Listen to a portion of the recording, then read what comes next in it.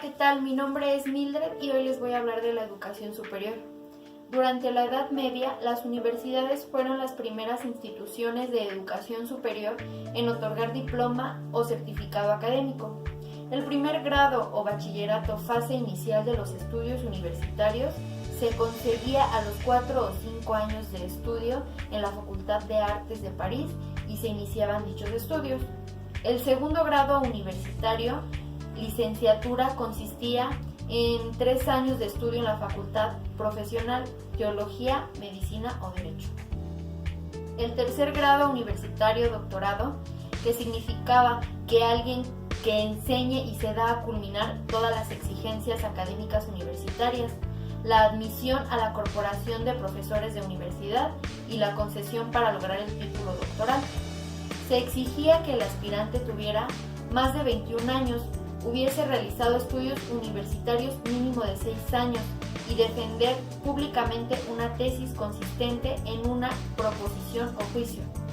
Siglos más tarde se fue imponiendo la obligación de presentar la tesis en forma escrita, a pesar de que el posgrado en México data 1920, su crecimiento va a partir de la década de los 70, por la idea de que el grado educativo de una población tiene una estrecha relación con el desarrollo de los países.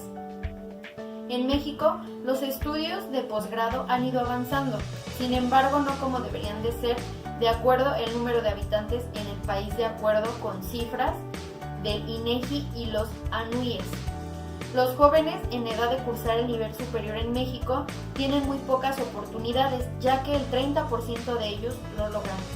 Retos: incrementar la absorción de los egresados del bachillerato en las distintas modalidades de educación universitaria al alcanzar menos del 48% de cobertura en el nivel superior para el año 2020. Es por ello que asistimos a universidades del sector privado y público a realizar una serie de preguntas para obtener información exacta de la perspectiva de la educación superior actual. Adelante.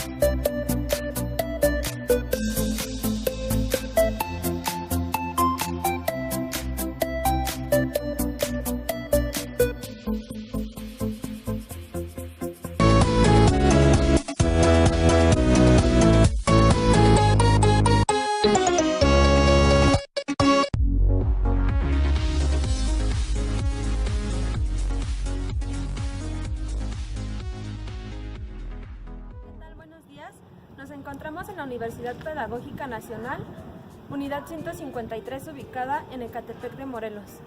Nos encontramos con el maestro Itzae, a quien le vamos a realizar unas preguntas. Buenas tardes. Buenas tardes. ¿Me permite preguntar unas preguntas? Claro que sí. ¿Qué perspectiva tiene de la educación en México? Principalmente de angustia, de crisis. México necesita más científicos, necesita generar conocimiento. Sin embargo, la educación actual solo está sirviendo a ciertos fines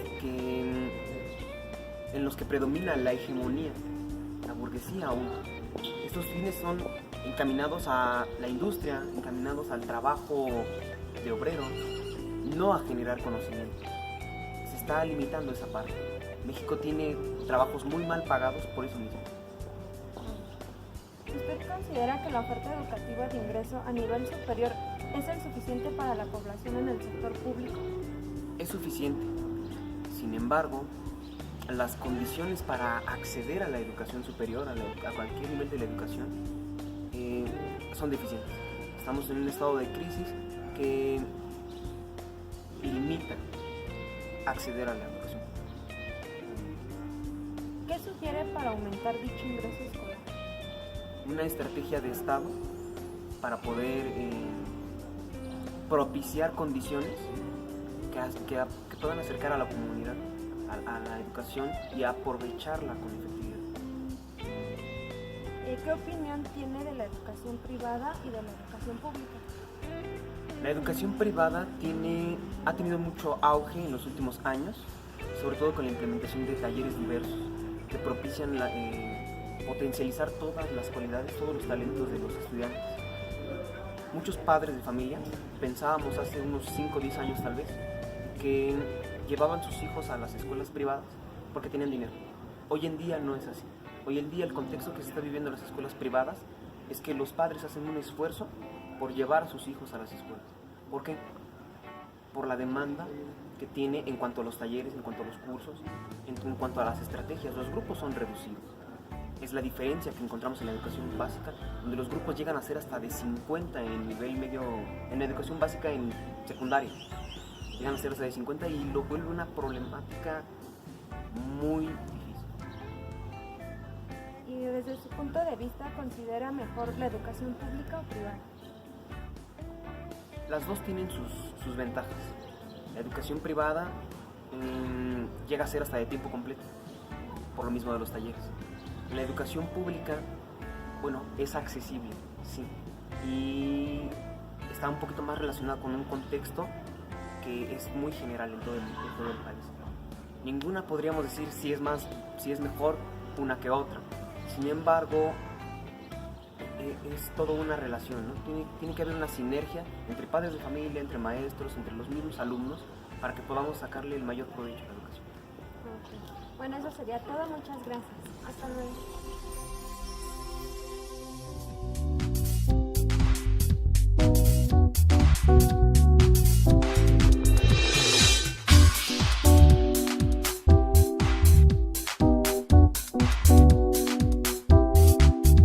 Colegio Universitario del Valle de México, una institución fundada desde hace 40 años con el fin de preparar gente emprendedora y exitosa.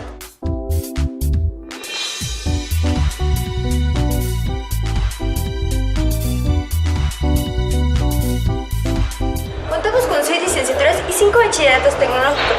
Estamos ubicados en Ciudad Azteca, tercera sección, a un costado del Mexipuerto Ciudad Azteca.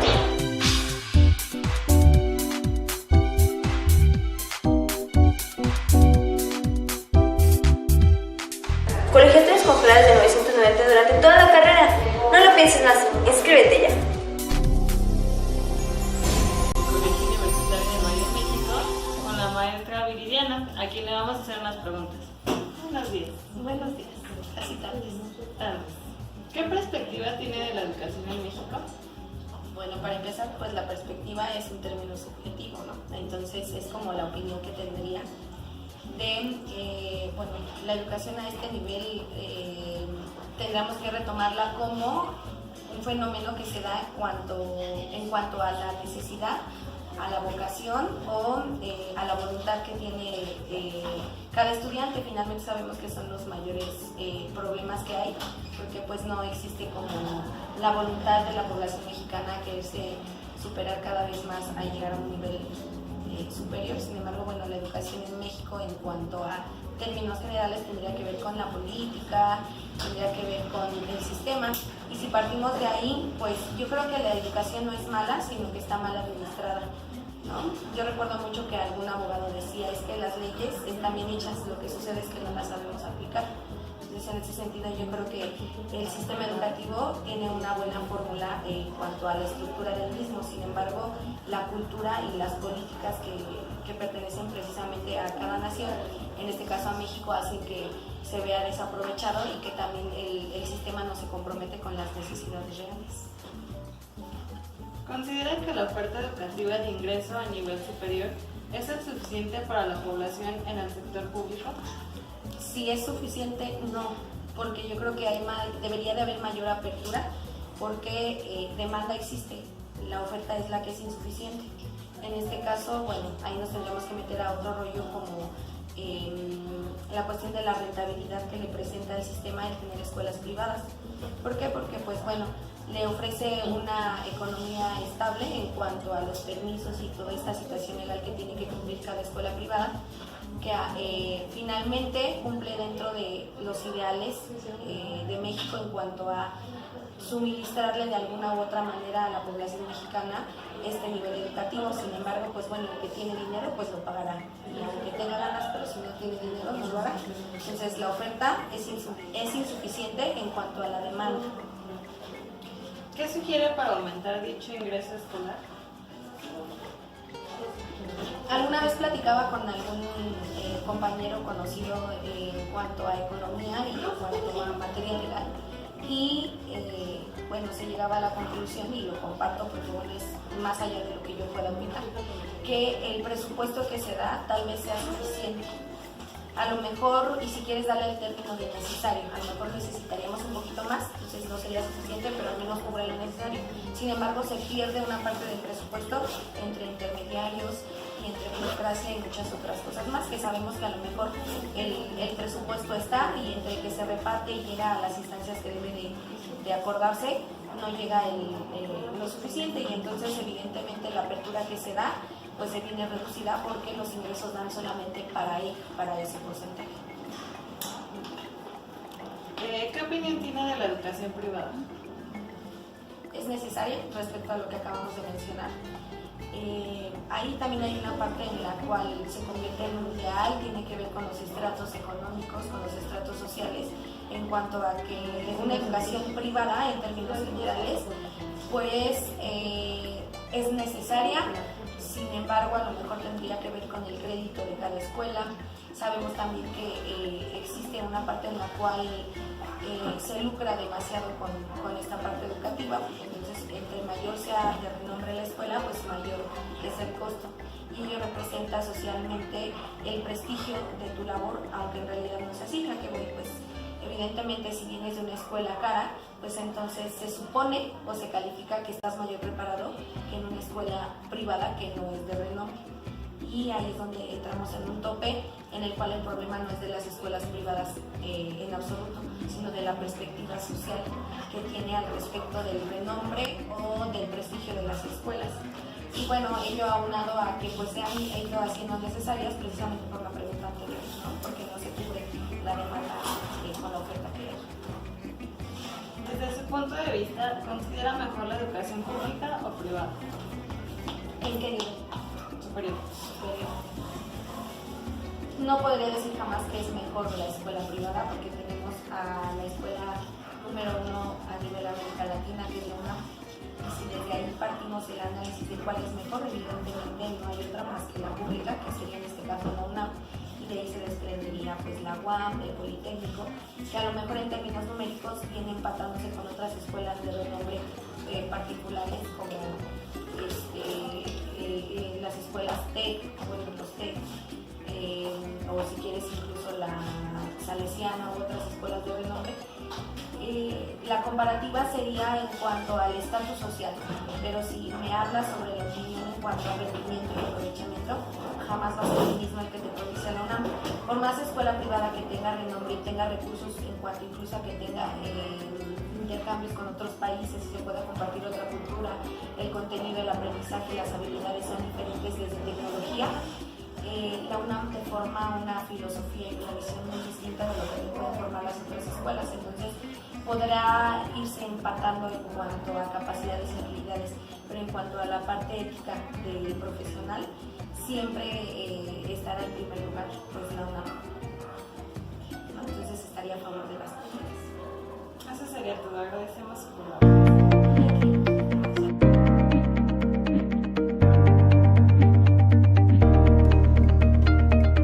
Desafíos para la educación superior en el siglo XXI, en búsqueda de la pertinencia.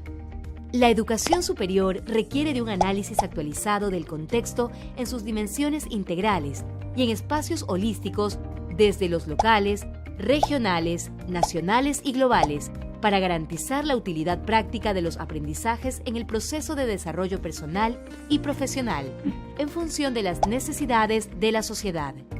Y la mejor manera es la promoción de carreras que satisfagan esas necesidades y solucionen los problemas comunitarios. Según la Conferencia Mundial de Educación Superior del año 2009, las instituciones de educación superior, IES, deben enfocarse en los siguientes aspectos. Responsabilidad social. Las instituciones de educación superior, a través de sus funciones de docencia e investigación, deben desarrollarse en contextos de autonomía institucional y libertad académica para incrementar su mirada interdisciplinaria y promover el pensamiento crítico mediante una participación ciudadana activa que contribuya al logro del desarrollo sustentable, la paz, el bienestar, el desarrollo, los derechos humanos y los valores de la democracia. La filosofía de la responsabilidad social es proveer de competencias sólidas al mundo presente y futuro. Acceso, equidad y calidad. Los gobiernos y las instituciones deben promover el acceso de las mujeres en la educación y su participación exitosa en todos los niveles educativos y la culminación de los estudios con igualdad de oportunidades, así como el aseguramiento del bienestar estudiantil, con apoyos financieros y educativos apropiados para aquellos que provengan de comunidades pobres y marginadas.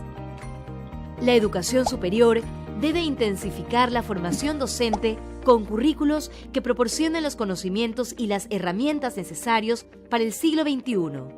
La formación brindada por las instituciones de educación superior debería responder y anticiparse de manera prospectiva a las necesidades sociales.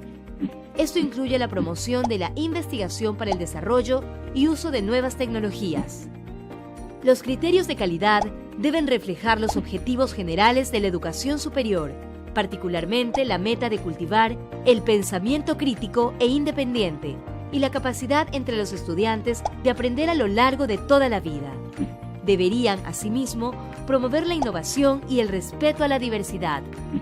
Asegurar la calidad de la educación superior requiere reconocer la importancia de atraer y retener a personal docente y de investigación calificado y comprometido. Internacionalización, regionalización y globalización.